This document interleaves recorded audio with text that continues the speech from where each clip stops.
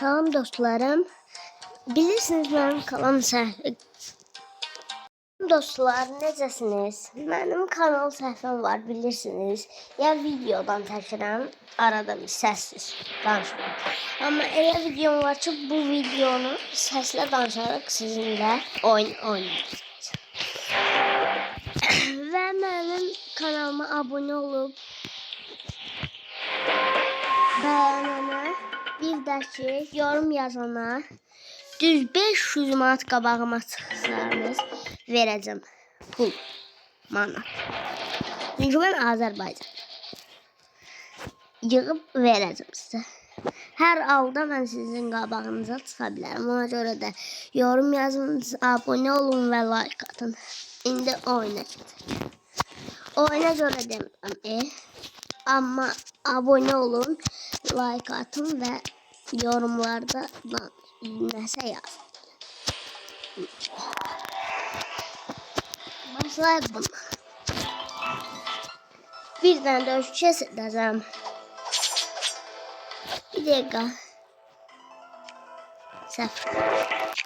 Qılınc. Ayrı qılınc. Qılıncları keçdik. Bundan da oynamışdım əvvəldən. Göstəreyim bir dəqiqə. Bir dəqiqə. Bunu götürək. İndi oynayacaq. Xeyr, bu deyil. Xeyr, bu da deyil. Olmaz. Çıxaq. Girək. Dəqiqə. Reklam gəldi.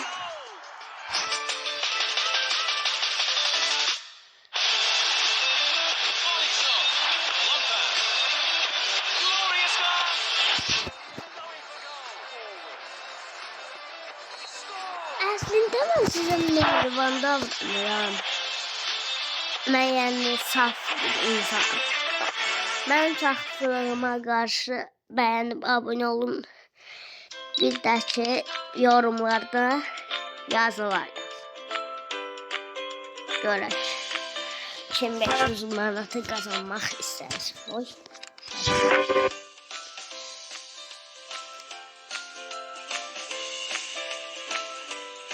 Bir dəqiqə bu keçsin reklam. Deyən 3 dənədir.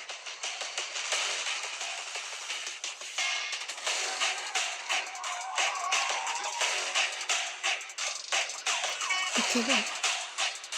Bitti.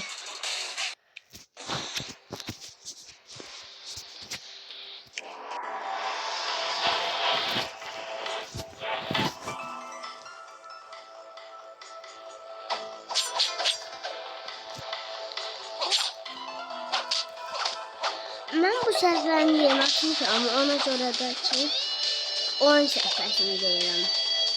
Video səhifəsini. Mən bu oyun səhifəsini yerinə açmışam.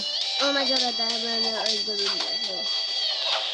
Əslində sizinlə mən daha çox videolar çəkəcəm. 3-4 dənə videolarım var hələlik. Səhifəmin adını deyim. Böyüklə xəyal yazın. Sonra 2019 balaca altdan xətt çəkin. Sonra 2019, sonra da altdan bir dənə balaca xətt çəkin. Sonra axtarın, kanala baxın var. Ona girin, sonra mənim səhifəm çıxacaq. Hələliklə mənim videolarım azdır. Ona görə. O biri videolara da bəyənərsiniz, abunə olarsınız və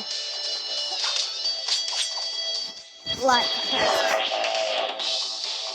Bizdəki yorum. Və sizinlə buranı da görək udacağım. Yoxsa bunu udacağım. Uduzdum lastlar. Görüşənə dək bugünlük bu qədər videomuz. O biri videoda görüşənə dək.